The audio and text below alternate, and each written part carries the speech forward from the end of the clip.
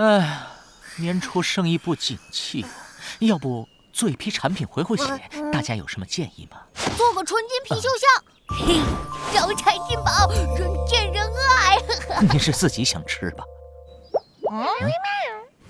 做我哥哥的等身抱枕吧，这样随时随地都可以做我哥哥。除了你，根本没人想买。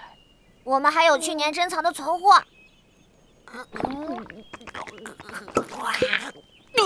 以拿去卖。不了！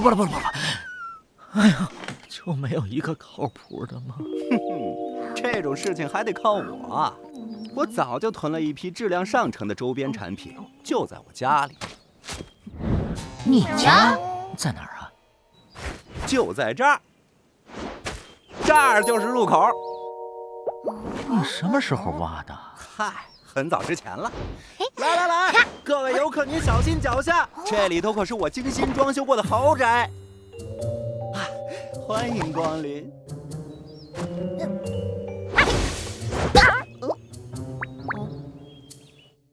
哇！哎，这是店后面的湖？没错，这些都是小意思，接下来才是大咒登场。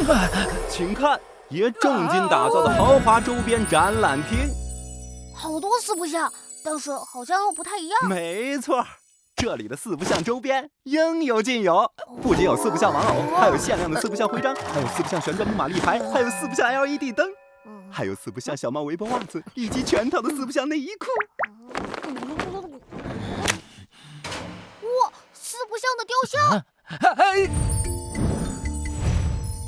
啊，这几尊丑鸡蛋看上去很好吃。住嘴吧您呐，这可不是给你吃的，这些雕像都是我一口一口啃出来的。我不想知道。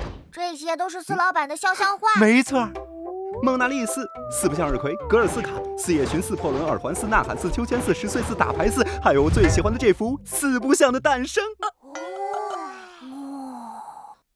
哦，这个粉色的按钮是什么？等一下，别按那个。这里有好多四不像哎，就是画风不太一样，有四不像的，还有四不像的和。等啊，四不像，你听我解释啊，我做你的不是为了，是因为皮皮，去把他们都吃了！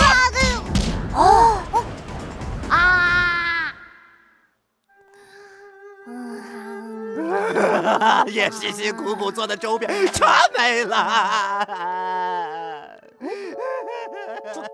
这雕像怎么没有脸啊？因为我没见过四不像摘掉面具的样子啊。我们见过。